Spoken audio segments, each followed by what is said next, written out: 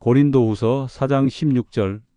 그러므로 우리가 낙심하지 아니하노니 우리의 겉사람은 낡아지나 우리의 속사람은 날로 새로워지도다. 이 말씀을 마음에 조용히 두고 오늘은 서두르지 않고 이야기를 시작해 보겠습니다. 급하게 결론을 내리지도 않고 무언가를 억지로 깨닫게 하려 하지도 않겠습니다. 그저 지금 이 자리에 있는 우리의 모습 그대로 말씀 앞에 잠시 앉아 머무는 시간입니다. 아침이 밝아와도 몸이 바로 따라오지 않을 때가 있습니다. 눈은 먼저 떠졌지만 몸은 아직 밤의 자리에 머물러 있는 듯합니다. 예전에는 생각보다 몸이 먼저 반응했는데 이제는 몸이 깨어나기를 기다려 주어야 할 때가 많아졌습니다. 잠자리에서 일어나기까지 잠시 숨을 고르게 되고 허리를 펴는 데에도 조심스러운 시간이 필요합니다. 하루는 그렇게 기다림과 함께 시작됩니다. 창문을 열고 바깥 공기를 마시며 오늘도 하루가 주어졌다는 사실을 생각합니다. 감사한 마음이 분명히 있는데 그 옆에 설명하기 어려운 묘한 감정이 함께 자리할 때도 있습니다. 예전 같지 않다는 느낌입니다. 거울 앞에 서면 낯설지 않은 얼굴이 보입니다. 어제도 보았고 그제도 보았던 얼굴입니다. 그런데도 어느 날은 그 얼굴이 새삼스럽게 느껴질 때가 있습니다. 언제 이렇게 시간이 흘렀나 싶고 언제 이렇게 많은 날을 건너왔나 싶습니다. 주름 하나, 흰 머리카락 하나에도 단순히 나이가 들었다는 말로는 다 담을 수 없는 이야기들이 묻어 있습니다. 기쁨도 있었고 후회도 있었고 참아야 했던 날들도 있었고 말하지 못한 마음들도 그 얼굴 안에 함께 담겨 있습니다. 그 얼굴을 바라보며 문득 이런 생각이 스쳐 지나갈 때가 있습니다. 나는 지금 어디쯤 와 있는 걸까? 이 인생은 이제 점점 닳아 없어지는 시간만 남은 것은 아닐까? 내게 주어진 가장 좋은 날들은 이미 다 지나가 버린 것은 아닐까? 이 질문은 약한 사람만 하는 질문이 아닙니다. 믿음이 없는 사람만 드는 생각도 아닙니다. 오히려 성실하게 하루를 살아온 사람, 인생을 가볍게 여기지 않았던 사람에게 자연스럽게 찾아오는 질문입니다. 성경은 이 질문을 부끄럽게 만들지 않습니다. 그런 생각을 하면 안 된다고 말하지도 않습니다. 오히려 바로 그 자리에 있는 우리에게 조용히 말을 건넵니다. 그러므로 우리가 낙심하지 아니하노니 하나님은 먼저 우리의 감정을 인정하십니다. 낙심할 수 있다는 것, 마음이 무너질 수 있다는 것을 이미 알고 계십니다. 그래서 이 말씀은 다그침이 아니라 설명으로 시작됩니다. 낙심하지 말라는 명령이 아니라 낙심하지 않아도 되는 이유를 말씀으로 들려주시는 것입니다. 우리의 겉사람은 낡아지나 성경은 이 사실을 숨기지 않습니다. 돌려 말하지도 않습니다. 겉사람은 낡아진다고 분명하게 말합니다. 몸이 예전 같지 않은 것, 기억이 더디게 떠오르는 것, 하루를 마치고 나면 이유 없이 피곤한 날이 늘어나는 것, 이 모든 것은 믿음이 약해졌기 때문에 생긴 결과가 아닙니다. 하나님께 벌을 받아서도 아닙니다. 신앙생활을 제대로 하지 않아서도 아닙니다. 그저 인간이라면 누구나 걸어가게 되는 길입니다. 하나님은 우리가 늙어갈 것을 처음부터 알고 계셨습니다. 하나님께는 예상 밖의 일이 아닙니다. 계획에 없던 변수도 아닙니다. 그럼에도 불구하고 하나님은 한 번도 겉사람의 낡아감을 인생의 실패라고 말씀하신 적이 없습니다. 오히려 그 사실을 전제로 삼아 다음 이야기를 이어가십니다. 문제는 겉사람이 낡아가는 것이 아니라 그 사실 앞에서 우리 마음이 먼저 무너지는 데 있습니다. 몸의 변화보다 더 빠르게 마음이 주저앉을 때가 있습니다. 이제는 나는 쓸모없는 사람이 된 것 같고, 이제는 뒤로 물러나야 할 것 같고, 이제는 조용히 사라져야 할 것 같은 생각이 조용히 마음을 잠식해 옵니다. 그러나 하나님은 그 지점에서 말씀으로 우리를 붙드십니다. 겉사람의 이야기에서 끝내지 않으십니다. 그리고 다음 문장을 통해 전혀 다른 세계를 열어주십니다. 우리의 속사람은 날로 새로워지도다. 말씀은 겉사람의 이야기에서 멈추지 않고 이 문장으로 우리를 데려옵니다. 이 한 문장은 인생의 방향을 완전히 다르게 보게 만드는 말씀입니다. 겉사람은 눈에 보입니다.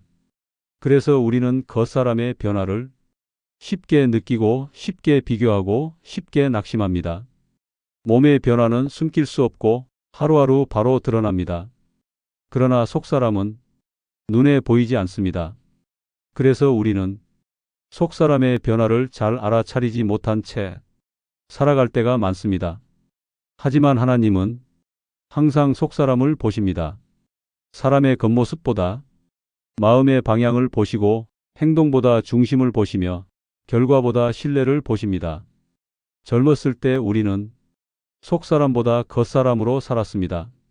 얼마나 할 수 있는가, 얼마나 버텨낼 수 있는가, 얼마나 인정받는가가 나의 가치처럼 느껴졌습니다. 그래서 늘 바빴습니다. 쉬고 있어도 마음은 쉬지 못했고 아무 일도 하지 않는 시간이 불안하게 느껴질 때도 있었습니다. 하나님을 믿기는 했지만 하나님께 온전히 맡기지는 못했습니다. 기도는 했지만 결정은 늘 내가 내렸고 기대 역시 내 힘에 두고 있었습니다. 그러나 시간이 흐르며 겉사람의 힘이 조금씩 줄어들자 우리는 원하든 원하지 않든 다른 자리로 옮겨지게 됩니다. 이제는 내 뜻대로 되지 않는 일이 많아지고 내 힘으로 해결할 수 없는 순간이 분명히 늘어납니다. 그 자리는 불편한 자리입니다. 자존심이 내려앉고 내가 약해졌다는 사실을 인정해야 하는 자리입니다. 그러나 바로 그 자리에서 속사람이 깨어나기 시작합니다. 기도가 달라집니다. 젊었을 때는 무엇을 해달라는 말이 많았지만 이제는 어떻게 해야 할지 모를 때 하나님 앞에 머무는 시간이 늘어납니다. 말은 줄어들고 한숨 같은 기도가 늘어납니다. 그러나 하나님은 그 기도를 가장 깊은 기도로 들으십니다. 말씀도 달라집니다. 많이 읽지 못해도 한 구절이 오래 남습니다. 그 한 구절이 하루를 지켜주고 마음을 붙들어 줍니다. 이것이 속사람이 새로워지는 모습입니다. 속사람의 새로움은 겉으로 드러나는 변화가 아닙니다. 더 젊어 보이는 것도 아니고 더 강해 보이는 것도 아닙니다. 속사람의 새로움은 관점의 변화입니다. 세상을 바라보는 눈이 달라지고 문제를 대하는 태도가 달라지고 하나님을 신뢰하는 깊이가 달라집니다. 그래서 시니어의 믿음은 조용하지만 가볍지 않습니다. 화려하지 않지만 깊이가 있습니다. 말이 많지 않아도 한마디의 삶이 담겨 있습니다. 하나님은 인생의 후반부를 소모되는 시간으로 보지 않으십니다. 오히려 믿음이 정제되는 시간으로 보십니다.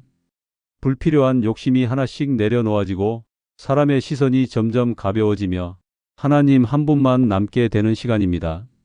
그래서 다시 말씀은 우리를 붙듭니다. 그러므로 우리가 낙심하지 아니하노니 이 말씀은 상황이 괜찮을 때 붙드는 말씀이 아니라 상황이 분명히 어려울 때 붙들라고 주신 말씀입니다. 속사람은 하루아침에 자라지 않습니다. 그러나 날마다 조용히 분명히 새로워집니다. 오늘도 보이지 않는 자리에서 당신의 속사람은 하나님 손 안에서 자라고 있습니다. 우리는 흔히 인생의 앞부분을 중요하게 여기며 살아옵니다. 시작이 중요하고 성장하는 시간이 중요하며 무언가를 이루어가는 시기가 인생의 중심이라고 생각해 왔습니다. 그래서 자연스럽게 인생의 후반부에 들어서면 이제는 내려놓는 시간이라고, 이제는 마무리만 남았다고 스스로에게 말하게 됩니다. 그러나 성경은 인생을 그렇게 나누지 않습니다. 앞부분은 의미 있고 뒷부분은 의미 없다고 말하지 않습니다. 오히려 하나님은 인생의 후반부를 아주 다른 시선으로 바라보십니다.